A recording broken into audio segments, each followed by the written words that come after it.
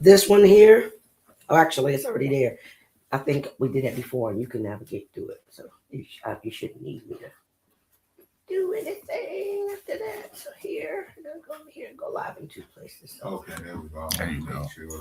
that's only the YouTube, so I need to make sure you. Boom. Oh. Okay, so there. I'm like, how did you get on the screen? There you go. You guys are live now. 1 second, make sure I see that. But nobody's home. You know what I mean? I think we only need one mic. Like sometimes Since we that need you just a wanna- pretty face. wanna Sometimes. keep your mic on. That's it. Is it? I want to make sure we got sound. Yeah, like where they from? Not even Well, turn it up. Yeah, we got sound. Turn it- We can turn this down now. So that we Okay, yeah.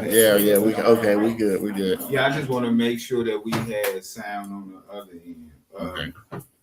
So let us begin by saying, Uncle Ma'at, Abet, we want to welcome everyone to a special edition of Sabyt study. This is a study that we're going to be doing live today. Well, not necessarily live, but together, right? It's going to be posted live, but we're going to be doing this together, right? Normally we do this, it's always virtual, where we very seldom are we able to get together and complete some of these studies together. So I just want to thank everyone that's here, and thank you for being here. And I'm hoping that not only will you enjoy yourself with this time that we spend together, but that you'll learn something as well. And so let me go for it. Before we begin with our study, we want to start off with a word of wisdom, right? Let me make sure I can get this.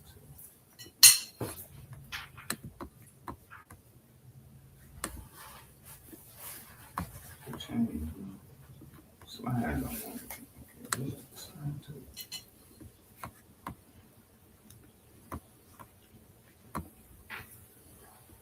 Okay, here we go. Hopefully it should come up on the screen now. So, all right. The quote of wisdom for today is taken from the Maxims of Ptah. And this quote I thought would be fitting for what we have going on this weekend. I know that text at the bottom might be small for us to see now, but I'm gonna make sure I read it. But the quote says that social good is what brings peace to the family and society. All right. The overseer of social harmony was one of the names or one of the epithets of Ptah, right? He was the vizier who wrote these teachings, and he literally held the title of overseer of social harmony. His entire philosophy was built around using wisdom, listening, and proper conduct to bind a community together. And so down here, you see on this slide, we have a little more detailed information about this concept. Can you see it, Sam? Okay. So let me look over my screen. No, I can't. And talk about it briefly, right? So as we know, the Maxims of Ptah are circa 2400 BCE. Again, Ptah was the vizier, which is sort of like a prime minister to the Nasut, one of the fifth dynasty Nasuts. Ptah explicitly argued that acting for the greater social good ensures individual peace. He wrote that justice, which is ma'at, outlives the person who practices it, and that stabilizing one's household while treating neighbors fairly is the root of an orderly state. And what I would encourage everyone to do as we continue with our studying in the wisdom literature is to look more into the teachings of the Maxims of Ptah, as well as the instructions of Amenemhat. I'm not going to go too deep into that, but if you pick up those texts, They'll give you insight on some of the morality,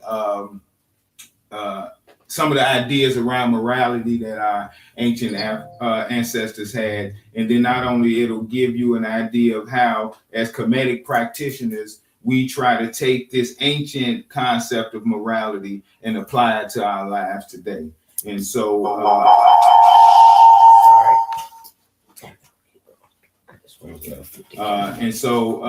again, as we look for, you do have to tell them, if you're going to talk about Ptahhotep, you do have to tell them the Maxim of Ptahhotep is the world's oldest complete book. It's the world's oldest complete book. So, and not necessarily, again, the world's oldest book, but the most complete book. And I think it says a lot about the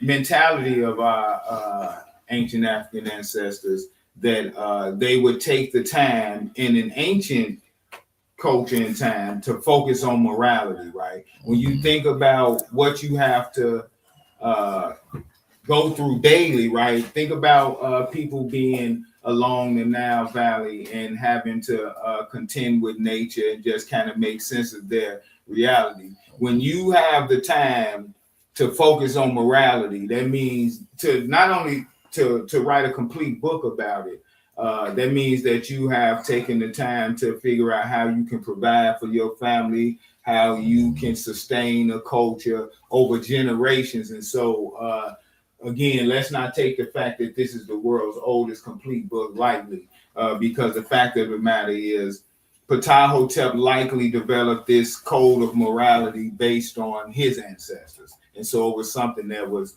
passed down through generations. Does anybody have any questions or comments that they would like to make about the quote of wisdom regarding the maxims of Ptahhotep and our ancient African ancestors understanding, again, that social good brings peace not only to the family and society. So again, I thought this was a pertinent quote for this weekend because we are gathering together, right? And the foundation of these relationships is what's going to be the foundation of things that happen in our community. So I thought that was a good quote. But does anybody have any questions or anything?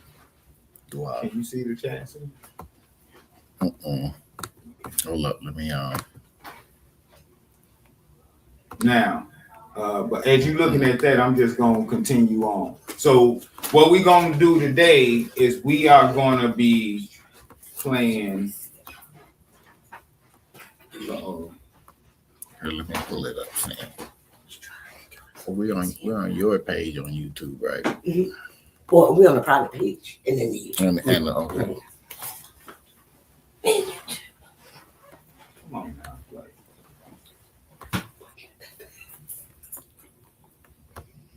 You know what? We're gonna skip the video, the intro video. Anyway, It won't play. Well, the computer being a little. Okay, we won't worry about it. Yeah, we're not gonna worry about that because that's not the meat of what we're doing. That's just the intro. Yeah. But today, Let me just say this now. We got it's called Sabyt study discussion group is what we call it. Sabyt, and that really means wisdom literature. It's like the wisdom literature of ancient Kemet, but we kind of change it up and turn it into a nice little game we call the Jed Party. So it's not necessarily it's a play on Jeopardy, Jed Party. So so it's not necessarily just the wisdom literature. It's like trivia, So if you know some answers, jump in. If not, don't feel bad. Right. Yeah. All and, right. Let me say this as well. We call it the Jed Party because the concept of the Djed refers to the backbone of a Sar and the stability of not only your own personal self, but for the nation as well. Remember, Sar was tasked at giving humanity to the world. And so in order for him to do that, he had to have a strong backbone and a foundation that was interestingly given to him by his sister wives. And so that's another conversation. But as we continue to go in our studies, one of the reasons why we called this the Djed Party was because this is going to be a foundation of the things that we're learning in Sabyt, which will help continue us on in our careful process.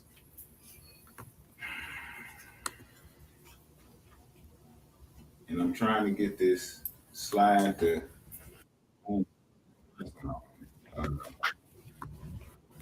Okay, I got the My chat. computer is being a little crazy, saying we might have to switch. I don't know if you got the slide up. I do. I mean, yeah, you might have. Okay, oh, there we go. We might have that. Okay. Let me see.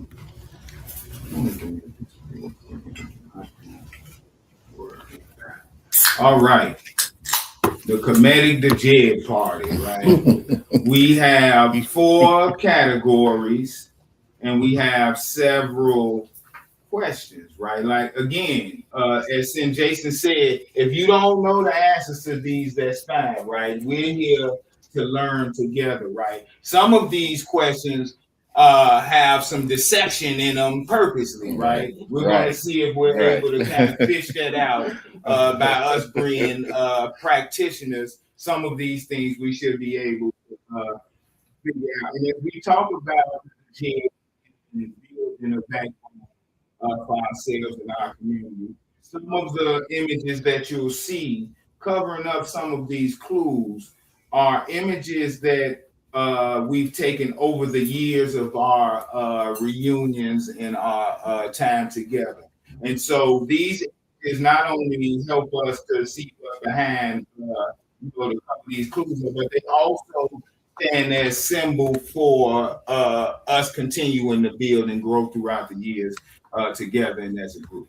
And so what we're going to do is we're going to go through this. We're going to allow, you want to pick the first category, Sin? Let's let somebody else pick the first one. Let someone in the audience pick the first one. And we'll select a question and we'll go from there. So that's you, host. Would you like to pick a category? Yes, I'd like to pick the divine Neteru. Okay, we're going to go with divine Neteru. And you've been doing a lot of mothering energy this weekend. So we're gonna uncover the first one, which is the goddess mind. So let's see. You know what? I'm gonna just move it out the way from that. I don't have my mouse and stuff to make it to kind of delete it out of the way. So we'll just do that for now. Okay. No, go ahead, Sam. Wait a minute though. In the slide, after I move it, you can delete it out the way from your side, right? I'm not sure. I have no idea. What I know you taught me. Let's figure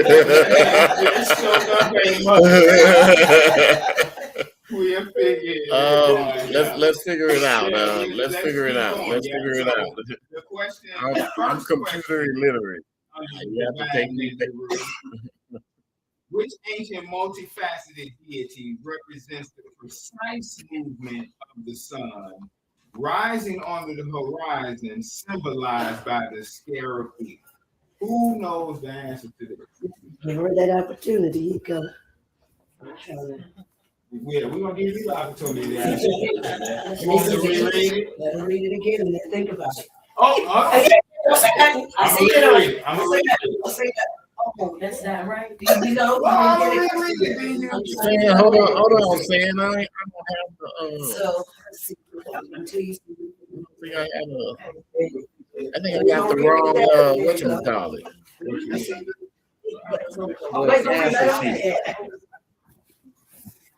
Is this the right one? Is that balance? Yeah. I don't see divine Neteru. Well, no, that's it's probably down there further. But now, what I want you to do is on the slide. Delete the picture after I move around. Okay, yeah. Okay. How do I delete it though? How do I delete it? Just select it and delete it. Just click it and then hit delete. Yep, that's it. Okay. All right, you ready? Y'all laughing at me? Okay. So the question is, which ancient multifaceted deity represents the precise movement of the sun rising on the horizon, symbolized by the scarab? Okay. Correct. Would you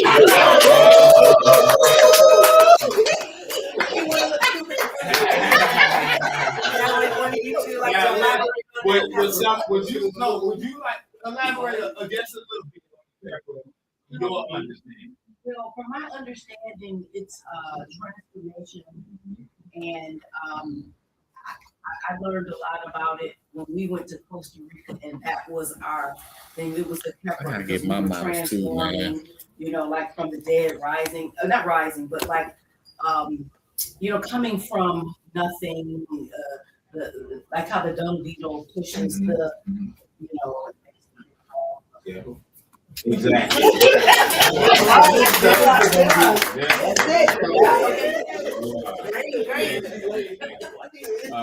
So let's go around. Who would like to volunteer for the next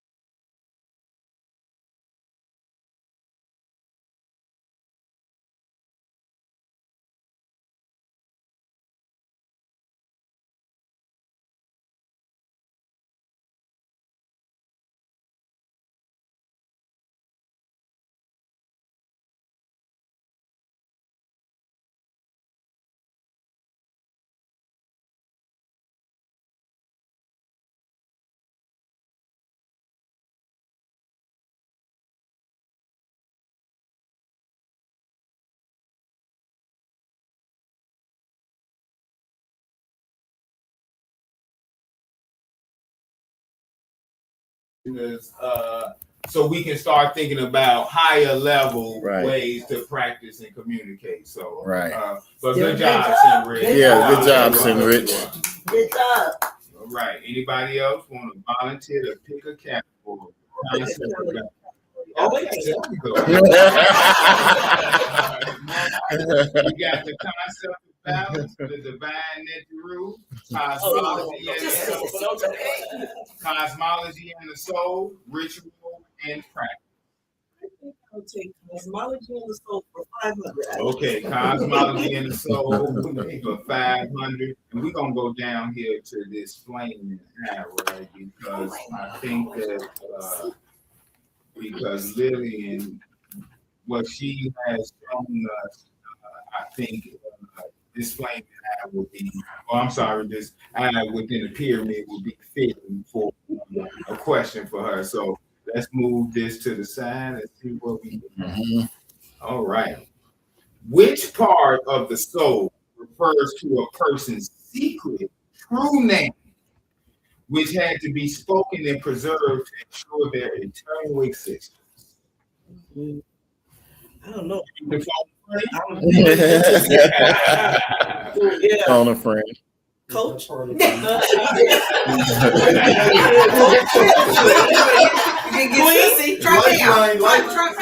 right. Can I give him a clue? Can I give him a clue? Lifeline. Well, I'll give you all a clue.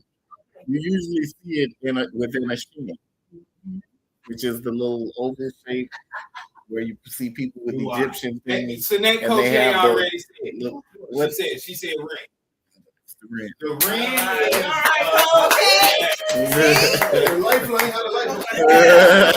is so we understand that in spirituality, the soul is described as to have a fact.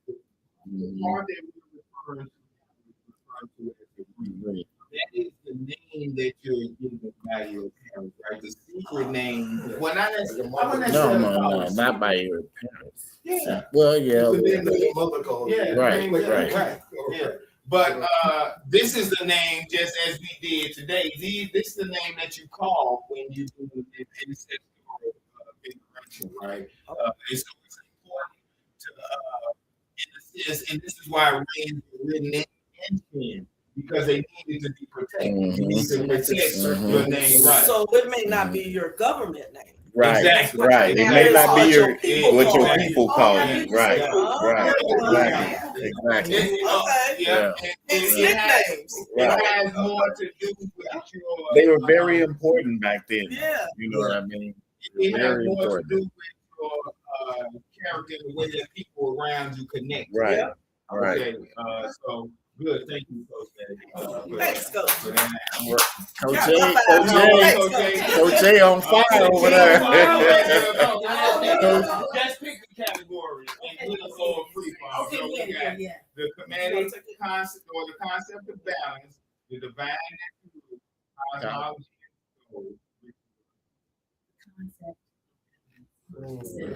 We're gonna do the concept of balance. All right, we gonna go down here to the bottom. Who can tell us when they scroll down? I think Stephanie's gonna try this one. Who can tell us the name of these measure that we see in this on the bottom left? The Kemetic names or the Kemetic or Greek? Or the Greek name. Kemetic or Greek? You can name them. Yeah. Kemetic or Greek? These are the Mesu Heru, known as the four sons of Heru. These are the four nations we call when we do the open. These measures protect certain parts of your body, and these specific jars. Make the question harder. Well, the question is actually under that. The question under that, yeah. So we just really talking about this.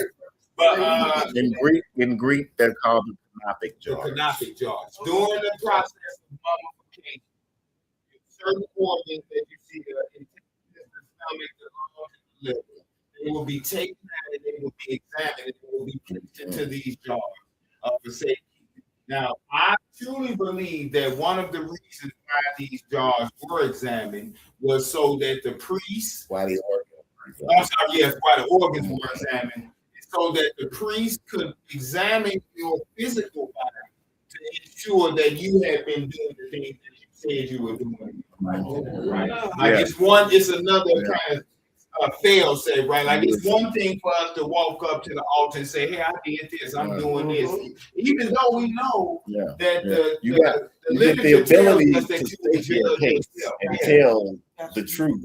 Yeah.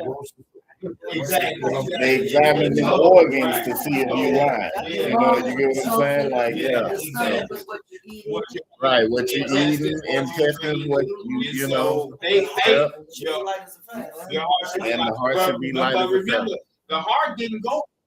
No, the heart doesn't go with one. The heart stays with the body. Because the seat of the who you are is within your heart. Your heart. So they stayed with the body until it's time to be weighed. Brain didn't. Well, we think of the brain. But these other intestines, though, were highly ritualized in order to, and I think the extreme ritualization for these organs shows the importance that they placed on walk when you're talking to talk, right? Like these, you don't find these organs just in a bowl inside the tomb inside some rock. Right. If you see Tutankhamun's, their elaborate alabaster, extremely detailed carved with extreme amounts of knowledge around and written on them. So this is not something that was haphazardly, and they were really put in a secure state so that we understood right again the importance of making sure that we do what we say we do. Now we're gonna get into the questions eventually, I guess. I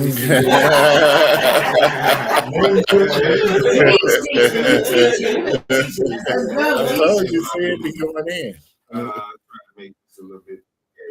Well, you can't see the top part, but it says frog-headed nature represents the specific primordial force of hidden or the invisibility which in the organ.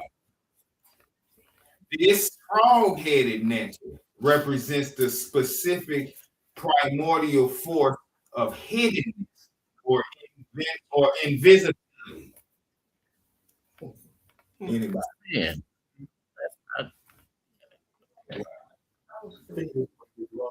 Yeah. It might be from who? He just moved it to the side. Oh, okay. I thought I'm looking for the. Which one? What y'all looking at? The one on the right? Not the left one, but the frog-headed one. But yeah. No, you not know the answer. You want to see? If it's really a frog-headed. No, ain't no frog head on here. What is this? You were just using that as a cover. And that's this part. I don't want to. Let me make sure I leave y'all. Yeah, no, the picture was just the cover for the question. Okay. We just talked about what we saw in the picture. Okay, so the question is, this frog-headed nature represents the specific primordial force of hiddenness or invisibility within the organ.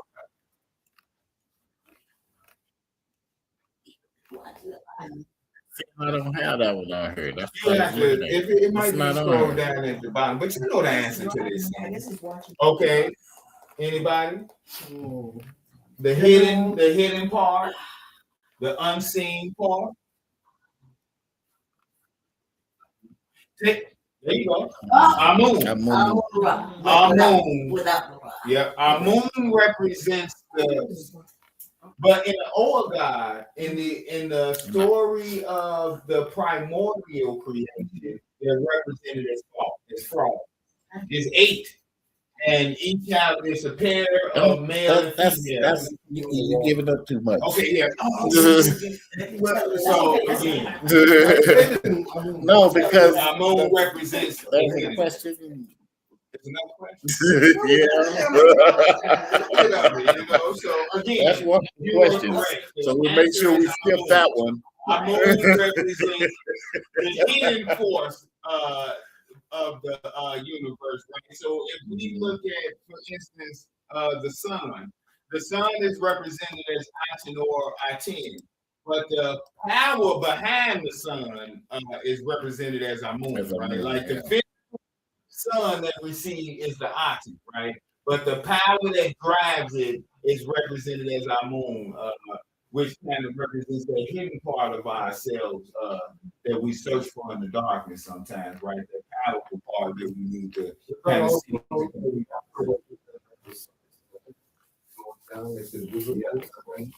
Well, there's different names for certain positions of the sun. Like, Kephara, Aten Ra, Amen Ra. Yeah. So, yeah. All right. So, all right, let's go to, and I apologize if I laid y'all. Yeah, man, you let me know.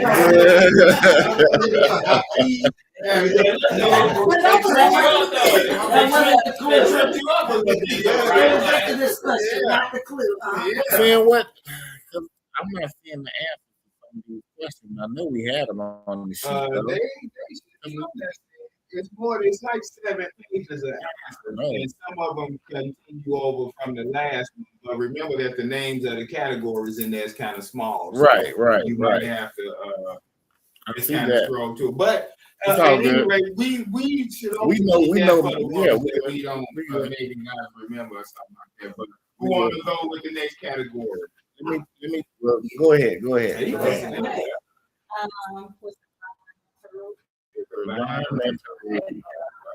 Natural. And we're gonna go down here. You'll hear some people say the inter. Let's go down here and uncover this picture of me, Sin Curtis and Sin. What's that Sin? Sin Rich is there. Sin Jason, Sin Jennifer. No, not that. No, the one in white. Yeah, the one in white. No, you know what? We'll go with the one. We'll go with this one from. Okay,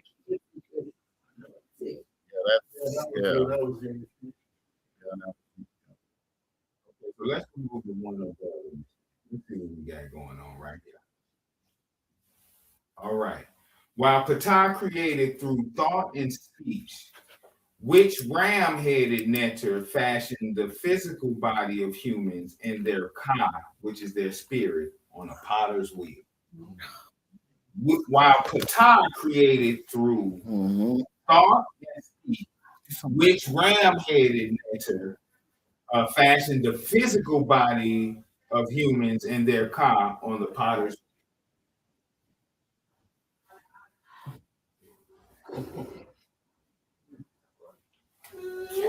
We do have the answers in the chat. Is anybody in the chat? He said it. Zuli is in the chat. Zuli just said. So that nature is Kanum, right? Kanum is the ram-headed nature who is described in one of the he's described as creating man on the potter's wheel, right? Like he fashioned the physical body of man and his soul on the potter's wheel. Which is interesting because we know, of course, this is some of the dialogue that we hear. This is part of what a small portion of what's been taken from ancient African thought and transferred into Christian text, right? Because again, this is mythology, right? We don't believe that literally a dude that had a ram head had a potter's wheel and he made man, right? We don't literally believe that, but we understand the concept.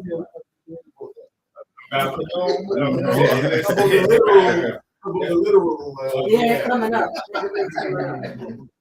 All right. So again, that answer was Kanum, right? And we talked about some in this question it says Ptah created thought, created through thought and speech, right? So in Comedic spirituality, there are different ways of looking at creation, right? And all of them kind of they all work in cohesion with one another. It's really based on the level that you look at. Right? So when we talk about the primordial creation, we're talking about the Lord God. When we talk about the creation of man and the soul, then we start to talk about canoe and things of that nature. But again, remember all these concepts complement each other for a full understanding of who you are. All right, so let's move to another category. Somebody want to pick that? Go ahead. Let's go with the concept of balance. Balance. Let's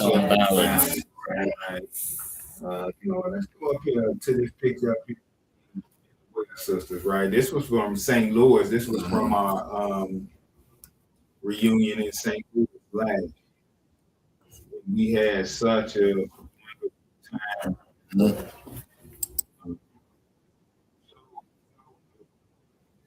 Computer won't let me take it off. But this has been such an important part of my journey and all of our journey, right? Like I think it's important that we recognize them because not have we grown in this spirituality together, but what I'm starting to realize, we're maturing as adults and as better human beings together. And I think that that's important as we talk about transferring this work into our communities and into our personal lives and things like that. So, and remember, the ancient African thought, the foundation of that is morality. And so, when you talk about morality, you have an understanding of that. Then everything you should do moving forward should be kind of based on that premise of moving in my mind and balance, right? All right, so let's uncover this and see what we get. All right. What is the name of the underworld or spiritual realm where the wane of the heart takes place?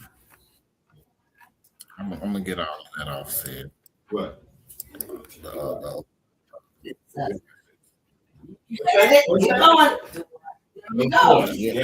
So and the that Pam name, killing all of them. she a high level practitioner. Yeah, I know. Well, she Yeah. telling us she gotta get more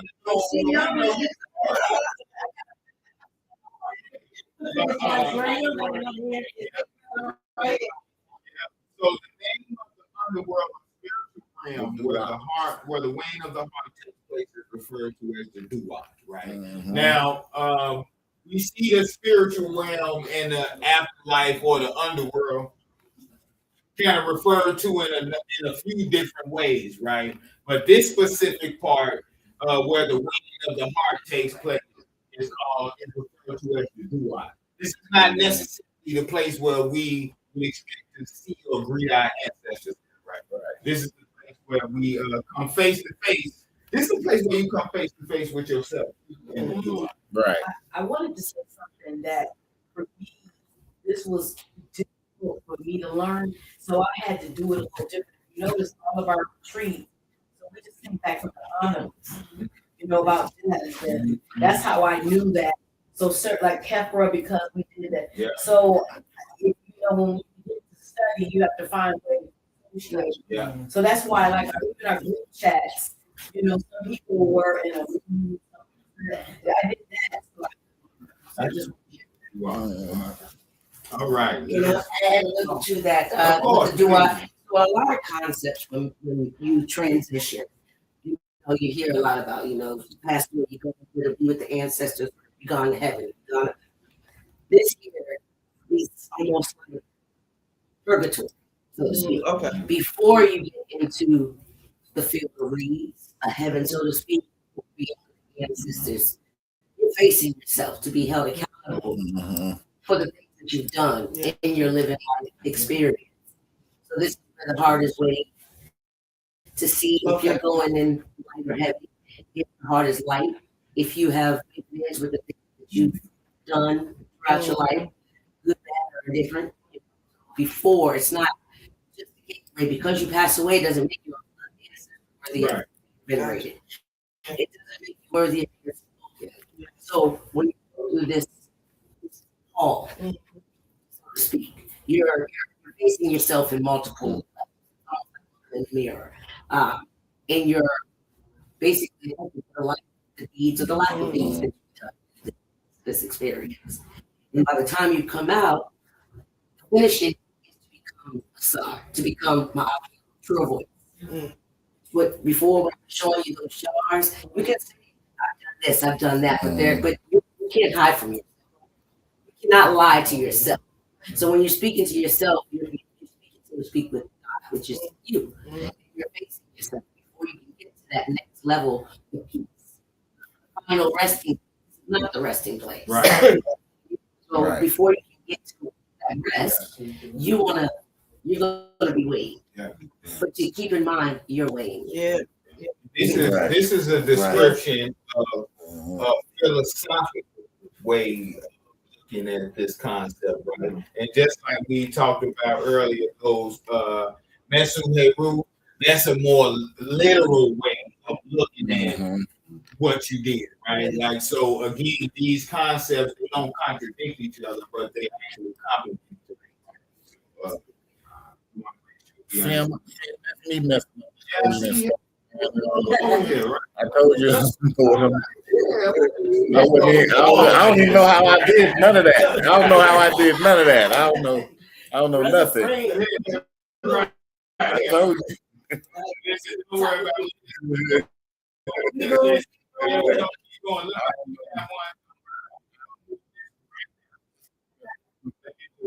Go right here. I'm gonna just close my. Yeah. We all here first. Look, we all here first. I need you. Right. So I'm gonna remove this one right here, and then you can see You this just- is the Sin and and Ahmed and Institute for the Study of Ancient Culture in Chicago and at our Chicago reunion. Was it you that bought that or him? No, that banner. So Sinet Sakina Rock. Also, she bought she one sure for did. me, She and sure she did. bought She one sure for did. him Yep. and Ahmed. Yep. So she bought those. Just want to say that one of the things that we do when we have these reunions, we actually if it's available. Just like we went to the Underground Railroad, we make this. I don't want to say a field trip, but we have to actually go and witness some of these historical things that we talk about to have a better understanding, right? Like it's one thing for somebody to lecture you all there. It's another thing for you to go into the museum and see things for yourself, feel the energy of these artifacts and things like that. And then not only that, be able to take the understanding that you have and, kind of test yourself and apply and look at some of the concepts and get a better understanding of what we see. So we did. It was one of the best times. One of the most important times that we did. Now, I'm going to read this question. It says, this one might be a hard one. This is a rich one. You might have to pull up the answer without messing up the screen. During the daily temple ritual, I'll see what I can do. what material was burned first to cleanse the sanctuary and create the smoke necessary for the nectar's presence to manifest? That's a good one. During the daily temple ritual, what material was burned first to energetically cleanse the sanctuary and create the smoke necessary for the nectar's presence to manifest? You got that? This is not. That's what. That's the one with the wrong answer. What it got there is the wrong answer. I know that. Look, that's not right. Here. Well, let me see what you got. I don't even see it. Oh yeah, I don't see what. No, well, that's not the answer right there. Well, what you looking at is not the answer. No, that's not it. Seeing the answer is, I don't think it's right up under there. I believe the answer should be in here. It's just not. That's the wrong answer up under that question on the answers. Yeah. It might be. Is it down there? Let's see. Fred said cotton. Over there they said Cotton, you said no. cotton. I know that. You know the answer. I don't know. Yeah, pull it up to make sure. Here, let's see. And he said sage. He said cotton. Anybody else?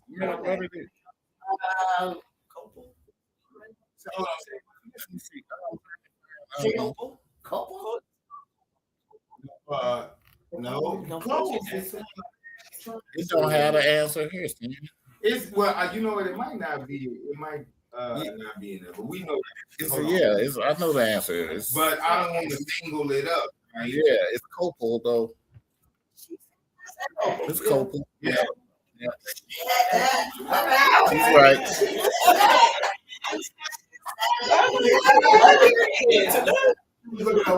I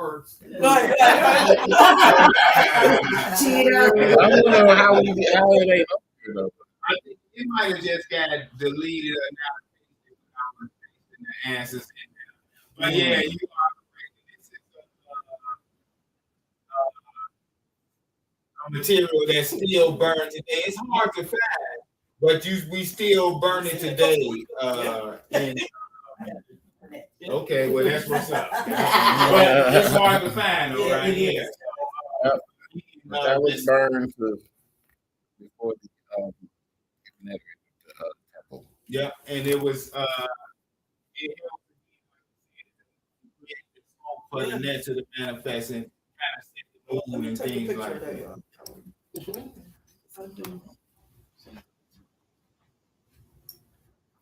Fred, you went? Yeah, that was his pick. Fred, pick another one, Fred. Yeah, pick another one, Fred. Oh, you gotta go back So to the top. categories: the concept of balance, the divine nature root.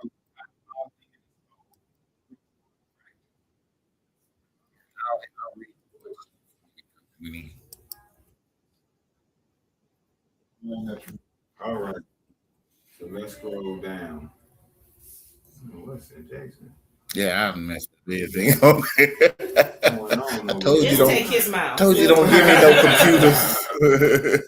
Okay, we're gonna take. I think we right here up under.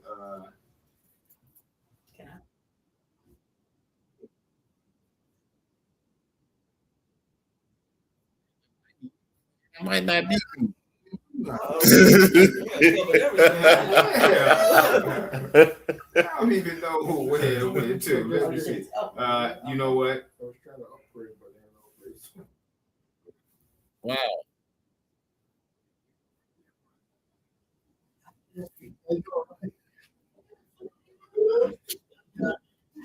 I think I love you. Okay.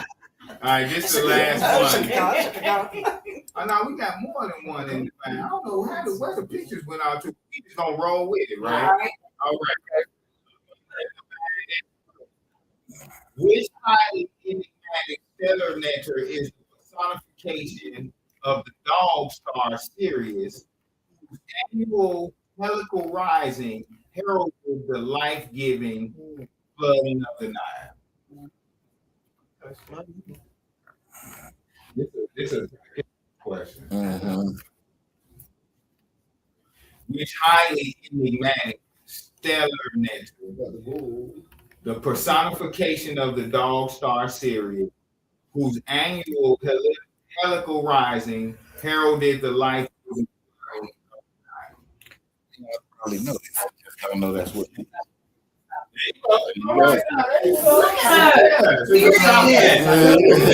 So Sabyt. Sabyt. Yeah. Mhm. Yeah. Sabyt is the name given to that star that ancestors Sabyt.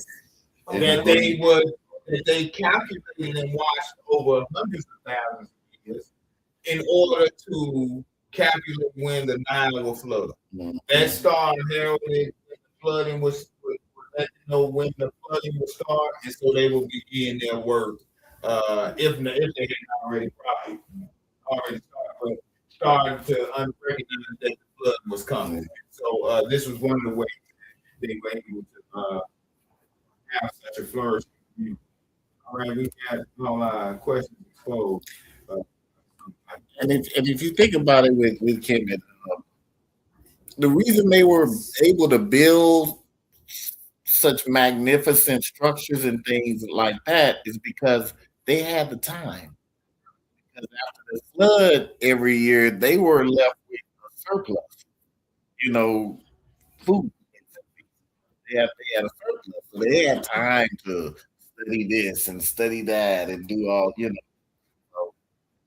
that's what made it so beautiful. They had the resources to take the time to do other things to better their society.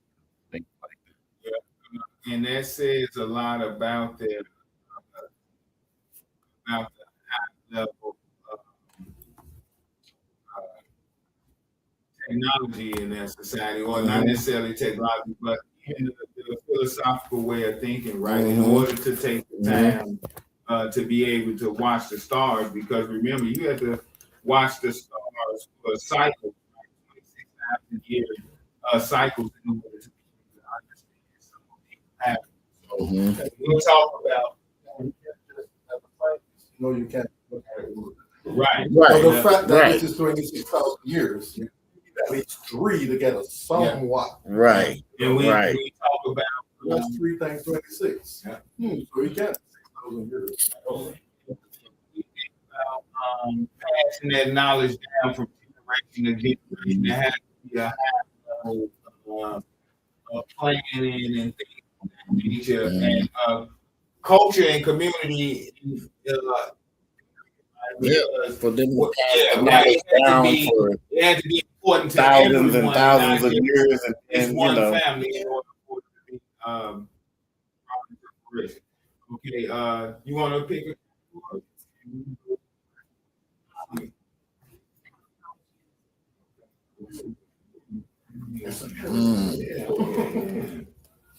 We already did that.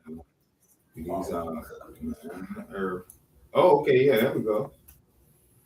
What is the primordial mound of the earth called? That first emerged from the chaotic cosmic waters at the beginning of. that's definitely a practitioner question. So a practitioner you ask the I'm gonna give everybody else a chance to answer first. But I Huh? Taking a No, practitioner it's not class. you say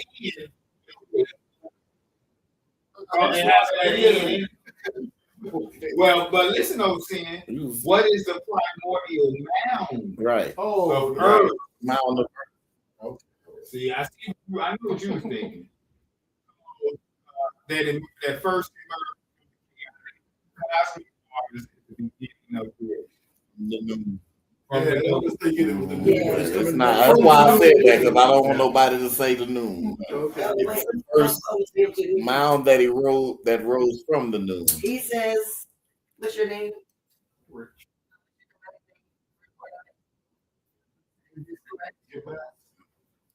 It's not yet. No, it's Okay. not yet. Not yet. He says here,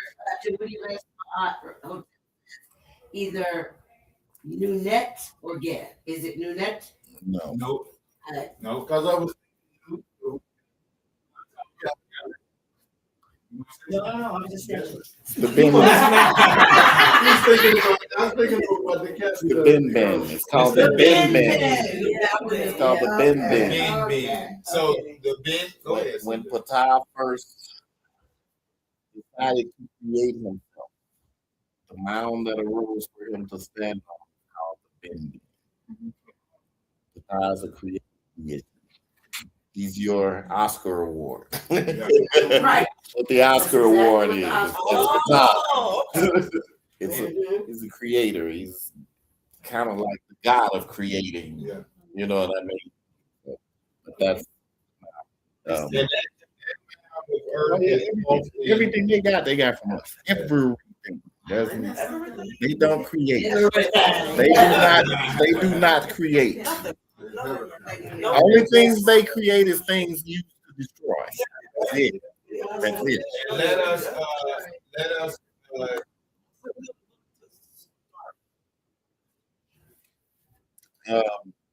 Spirituality before religion? No. That's To start with, yeah. a pretty good one. Yeah. Because you're not just, it's not. I mean, you're jumping somewhat right educated into in any kind. I mean, you went to high school, right? Okay, That's so what you, That's a really you know what I'm saying? Like some people you don't know nowadays. Like, That's a good one, though.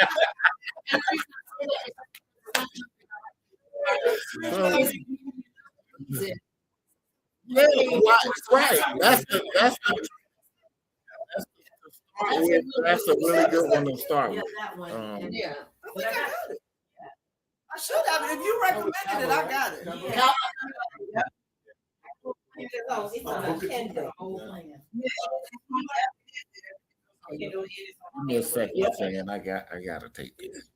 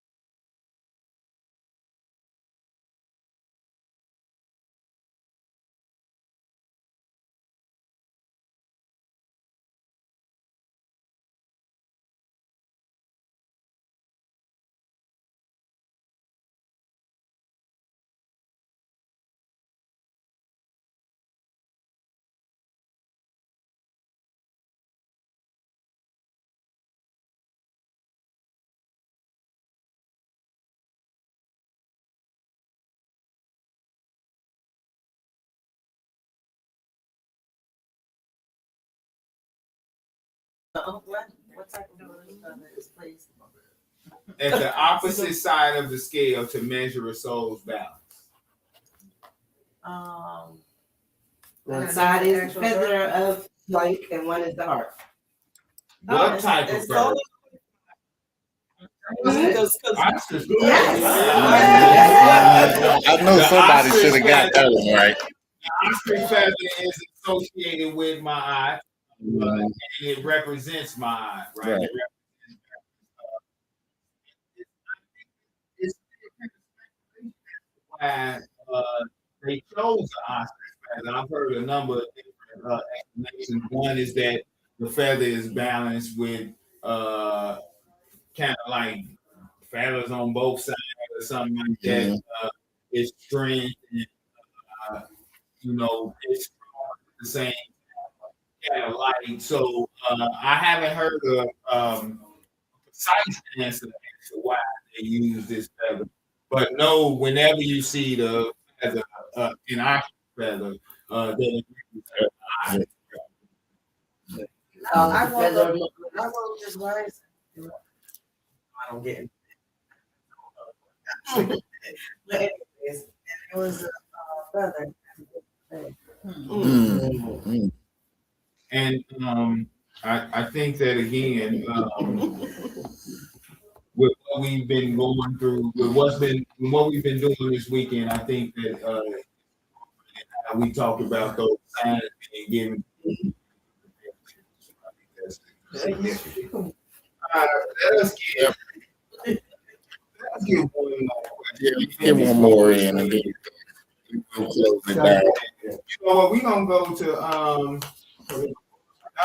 you know. Yeah, have you picked the category yet?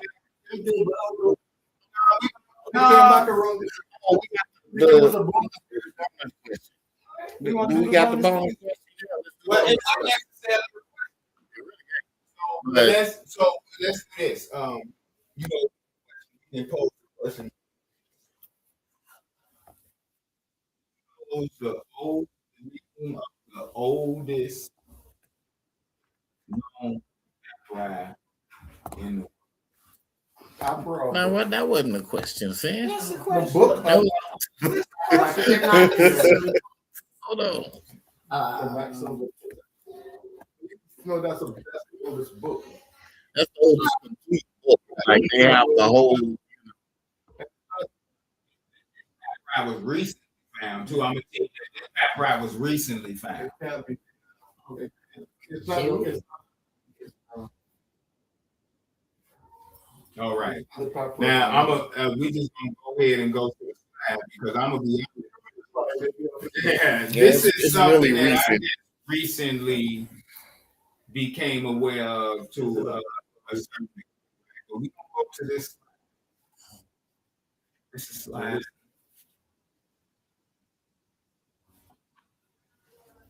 All right.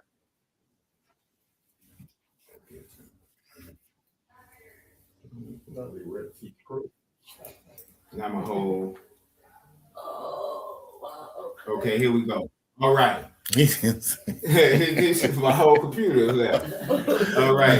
The Red Sea The Red Scrolls. Sea Scrolls, not the Dead Not the Sea Dead Sea Scrolls. Scrolls. Not- This is one of the most recent. One of the Um, most recent. Red Sea Scrolls, often called the Diary of Wadi al-Jarf, the Diary of Ur, are an ancient Kemetic law books dating back 4,500 years to the reign of Pharaoh Khufu. They are the oldest known written in the world and provide first-hand details about the construction of the Great Pyramid. So this information is This ain't even really haven't totally went public. This is This is like they really don't know whether they want to go public because the deeper they dig, the blacker. You see what I'm saying? The deeper they dig, the blacker. So they don't. Yeah. Let's talk a little bit about it. They were discovered in 2013 at the Wadi al-Jarf, an ancient harbor on the Red Sea coast of Egypt, by a team led by archaeologist Pierre. All right. They date to the 26th year of the King Khufu's reign, which is 2560 BCE, which would be the fourth dynasty, which is fourth is obviously a pyramid. Right. But then not only that, 2560 BCE is again nearly 5,000 years. All right. Now, the context of this diary contains a cache primarily consists of laws written by Inspector Murr, an official who led a team of 200 skilled laborers. It describes the construction. The scrolls detail how Murr's team transported. Now, this is significant. Because even though it don't give us the details of how, it tells us that they did it. Right. The scrolls detail how Murr's team transported massive limestone from the forest of Tura down the Nile River to the construction site of the Great Pyramid. Now, if you do more research into what he talks about, in the text, He said we took this big number of stones, like this big 2 ton, 3 ton, took 5 and 6 of them. Right. We took 5 and 6 of them. It took us 4 days. It took them down now, and we did unfold them. Came back, and this is what he did constantly with his team. His job was to oversee the team, to constantly go get these stones and bring them back in constant rotation. That's what he did. Now remember, they tell you at this time, like they didn't have a wheel. You know, they try to say that. You know what I mean? I mean, they had the wheel, of course, but I'm just saying, you know. There are a lot of people who get Yeah, it's a big fight right now. Yeah. They gonna try to get the aliens. They gonna try to get to everybody, but they ain't gonna give it to the black Africans that actually did it. You know what I mean? Oh, they'll never do it. Oh, So we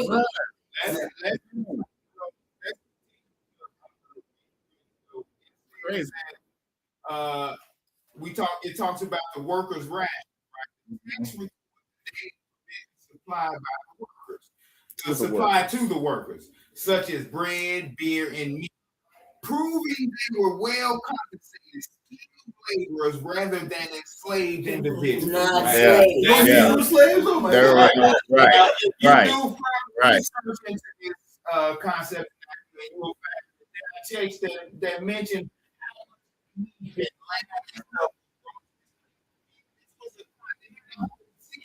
found the quarters, the houses where the workers who built the pyramids and things lived. They know how much some of them were paid. They know what they were eating. they couldn't Right. Right. Were well treated. Right. They were well treated. They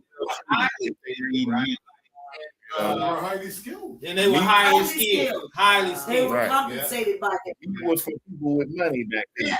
You know what I mean? You didn't get paid if you didn't have Again, the historical significance is that before the daily logistics behind the great remains speculative. The Red Sea Scrolls provide hard archaeological evidence of the infrastructure, transportation networks, and the labor organization required to build one of the 7 wonders. Right? And we don't even let's not even say one of the 7 wonders because that these Africans did that don't even get the credit. Talk about the tomb of the Apis bull, and I forget the name that it's called. But if you look at the elaborate amount of work that was put into burying these bulls, seen as representation of the nature of Earth, the physics defy logic. So to think about how deeply they cared or deeply they revered these philosophical and spiritual concepts that they would go through the trouble digging into the rock and doing things that were physically impossible for us to do to give reference to the man. So for us to get a better understanding of this concept, I recommend that we read this book, the Red Sea Scrolls. I think do the name off. At any rate, it's called the book is at the top. This is Red Sea Scrolls. Pierre Tallet, which is the archaeologist who did the digging, and this other guy, Mark. But this is how ancient papyrus revealed the secret of the pyramids. I think one of the most important things and the most significant things that we can take away from the diary of Ur. So remember, it's not necessarily just the Dead Sea Scrolls. We need to pay homage and revere Ur. Everybody say Ur. He was an ancestor, right? Like he's job. He had a regular job. He had work. Actually, this probably was his job. He was probably a scribe. But look though, what I'm saying, for him to know, for him to know that he was probably his record is from work, right? just, you just did that work, like, you know what I mean? What's going on? This is how significant understanding this information is.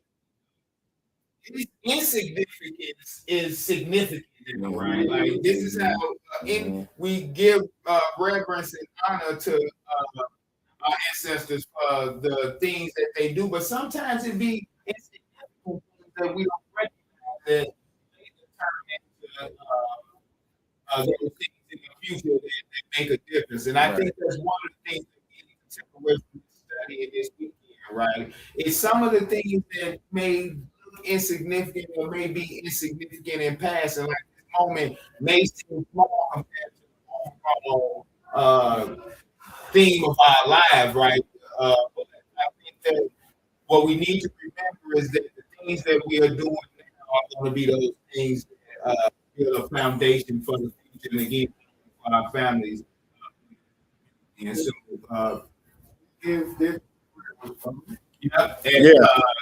at the archaeological dig. Yeah, Wadi Al Jarf on the Red Sea coast of.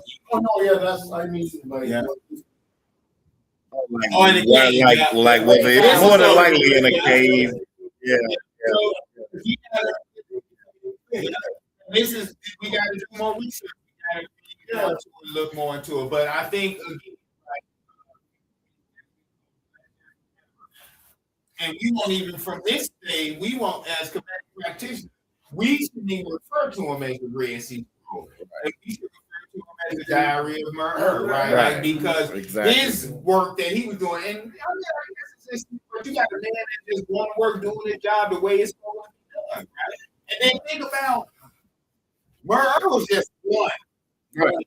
It's just one. It's just one that was found. All the generations that reveal these Mercury. So think about all the other who have been doing that. To one of the 7 wonders of the world. So, just remember, there's a lot of resources that go into hiding our history from us. There's a lot of resources that goes into that, and yeah, I mean, in academia, you can almost be ostracized if you try to say anything. That's why I'm glad our younger people are even more interested in it again, because this is like they're getting more interested in it again, and we got to learn it. We got to preserve it. You know, that's why we learn it, preserve it. Because people up there, as I said, nowadays. Yeah. So they like just.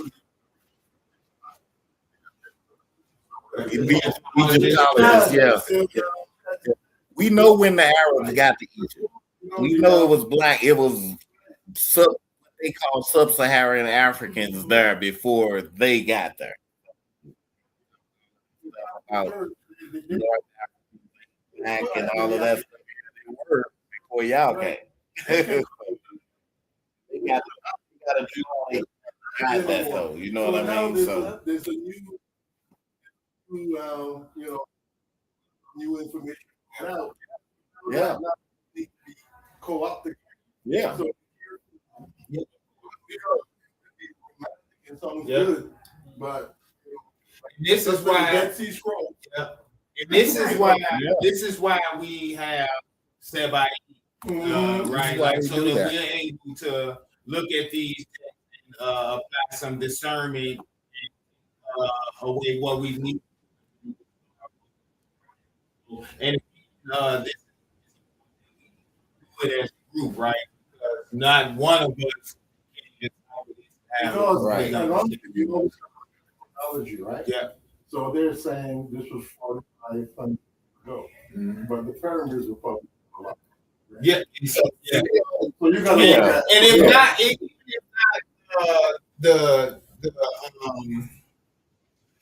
the building, at least the planning and some of that get to that point, you know that they are older than those three. So, And you think about look how to do. Building might have been 65 years ago, but you have foremen that come in and do new work, to upgrade to do things. These people sound like foremen works, whatever they would do. It is very identical of what we see today. Right. And those foremen, they have blueprints, they have record keeping, they have to take account for all of their workers, all of those things, you know, so it's very identical. Yeah. Way more sophisticated then than it is now. yeah, of course, Yeah. it had to be. You know? Yeah. And I think, so just before we go in, let us remember that, right, again, the things that make it significant in our lives to do, right? It's important that we stay disciplined in doing one of the biggest lessons that I've learned from this weekend, right? Like, it's important that we discipline and do those things in order so that we see the fruits of our. So, I think with that being said, as this will be a good place for us to close out, I want to thank everybody for being here. And I'm hoping that everybody not only enjoyed themselves, but is able to take away something that you can expand them to not only have a better understanding and clarification of the philosophical understanding of it, but also how to apply these concepts to the that's probably the main reason that we have Sabyt understanding how as practitioners we don't exercise this, but we take these concepts and apply them to what we do every day. Right. And so, family that's online, share my heart. You be we will see that. We coming back next week. We actually come back next week. Yeah, we'll be back next We'll be week. back next week. On regular schedule. Yeah. You got Share my family. everyone.